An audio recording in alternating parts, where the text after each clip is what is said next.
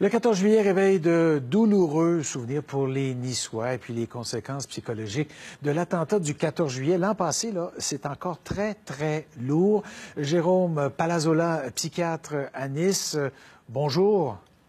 Bonjour. Vous avez de nombreux patients qui ont traversé ces événements-là, qui ont vécu ces attentats. Dites-nous un peu, je lisais certains reportages et les réactions sont diverses et étonnantes par moment.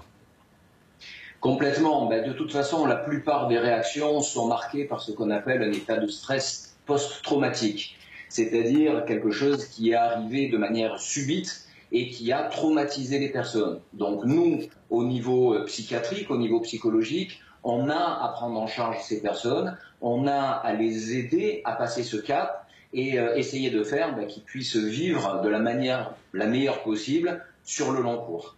Monsieur Palazzola, j'entendais ce matin des militaires, des policiers niçois qui ont, sur France Info, qui racontaient leur épisode et qui disaient que même en séance avec des psychologues, avec des psychiatres, même pour les professionnels de santé mentale, c'était très pénible ce qu'ils entendaient.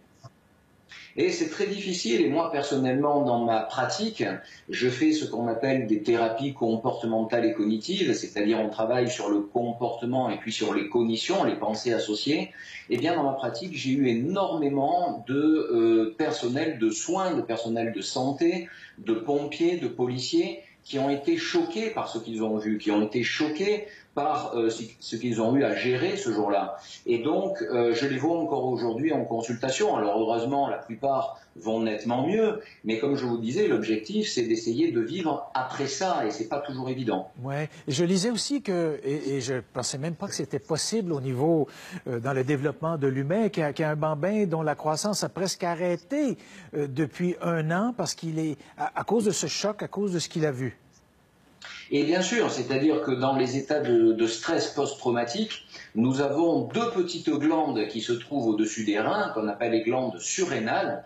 Et lorsqu'on est dans un état de stress aigu et un état de stress chronique, ces glandes se mettent à sécréter de l'adrénaline, mais également du cortisol.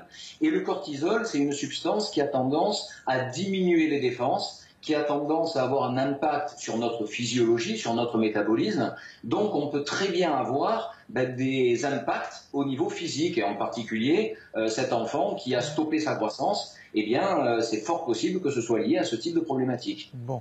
Et même encore récemment, voyez-vous de nouveaux patients qui souffrent d'un choc post-traumatique de ce qui s'est passé il y a 1 an? Parce que tout n'arrive pas sur le coup, hein. Il peut y avoir des délais avant que les symptômes se manifestent.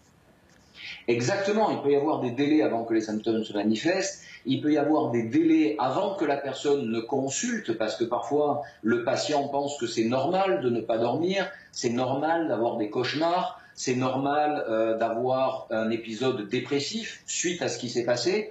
Et puis il y a un autre phénomène aussi qui est important, qui est le phénomène de date anniversaire, c'est-à-dire des personnes qui ont tenu le choc pendant tout ce temps, et puis qui, 1 mois plus tard, 6 mois plus tard, voire aujourd'hui, date anniversaire de ce qui s'est passé il y a 1 an pile, eh bien, se mettent à ce qu'on appelle décompenser. Ça peut arriver. Et chez vous, à Nice, aujourd'hui, on va tenter de... Bon, on va commémorer tout ça, mais on va faire preuve de sobriété. Là, pas de feu d'artifice.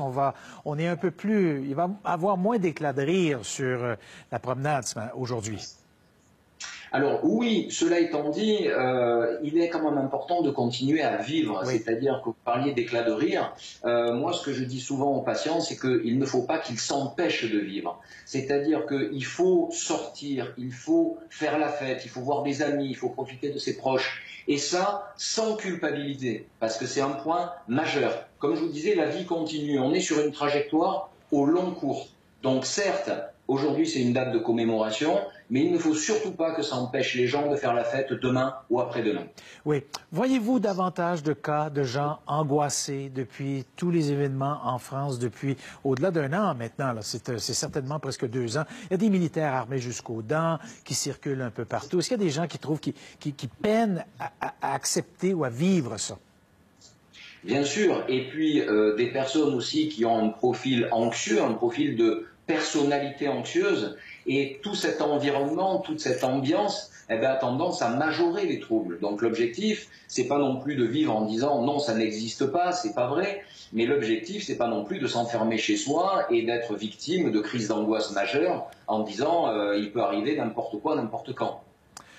Écoutez, Jérôme Palazzolo, merci beaucoup d'avoir pris le temps en cette journée nationale. On va vous la souhaiter bonne, chaude et que vous puissiez en profiter vous aussi. Merci beaucoup d'avoir pris le temps de nous parler aujourd'hui. Au revoir. Au revoir.